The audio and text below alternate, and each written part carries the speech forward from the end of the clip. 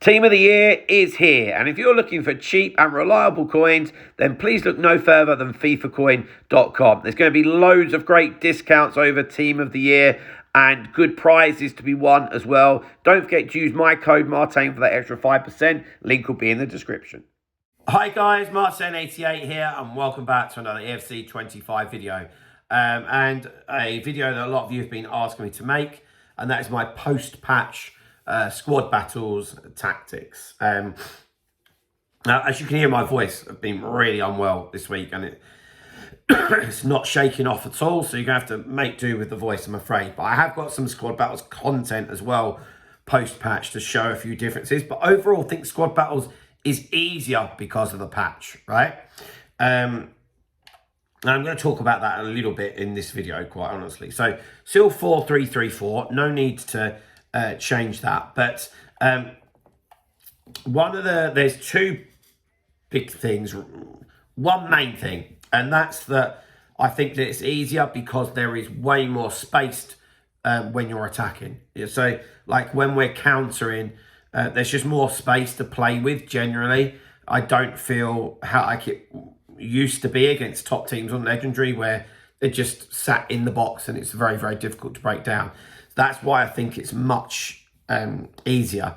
And therefore, I also found that the game was so much more stretched. And that's why I actually changed to short passing, which I never thought I would do for squad battles. But I won it and just everyone was gone.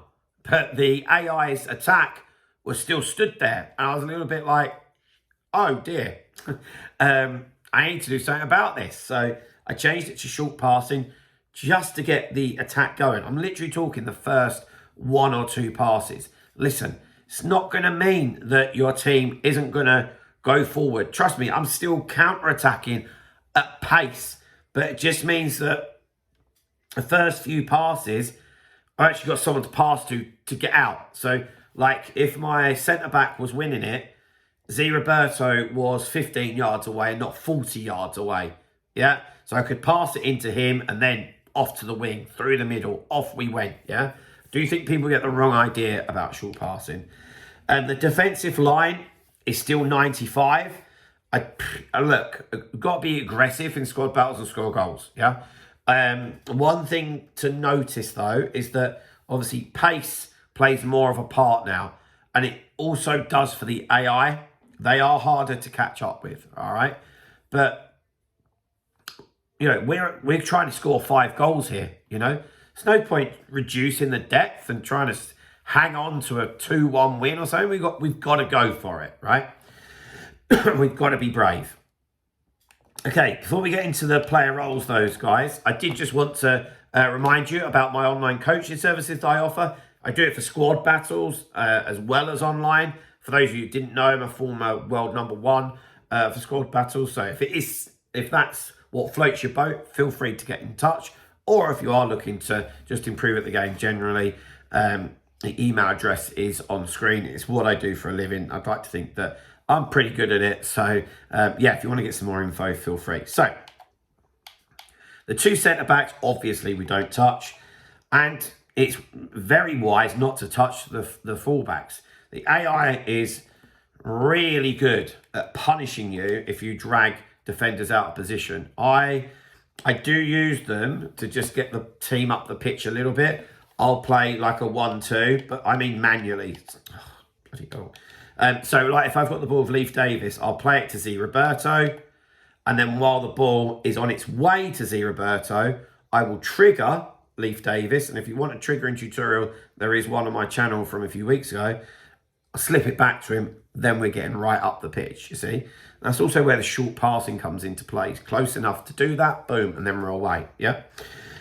Z Roberto and Nakata, they are both very attacking central midfielders, but that's what we want. We're trying to attack. That being said, they're on box to box and balance because we do have to have some sort of defensive cover when we're defending, and that's the reason for that. But from an attacking point of view, they get forward a lot. Into the cam, this is a little something that I've changed. I've got the cam on classic 10 and attack. That position probably gets the most space when you first win it. So I want Cliver in that area, yeah? Then to be able to turn and run, or turn, run and pass. It's a big position. Onto the two wings, got Neto and Chiesa. They're perfect for this. Inside, forward and attack. Yeah, so when Z Roberto has the ball, or Cliver, I'm looking at Neto and I'm looking at that corridor between the fullback and the centre-back, piercing that like you all do online. Yeah, you can do exactly the same in squad battles and score a relatively easy goal. And the same on the other side with Chiesa. Up front, Jesus on advance forward. Not a lot to say there. So guys, there we have it. There's my squad battles tactics. If you've got any questions, any queries, get into the comments.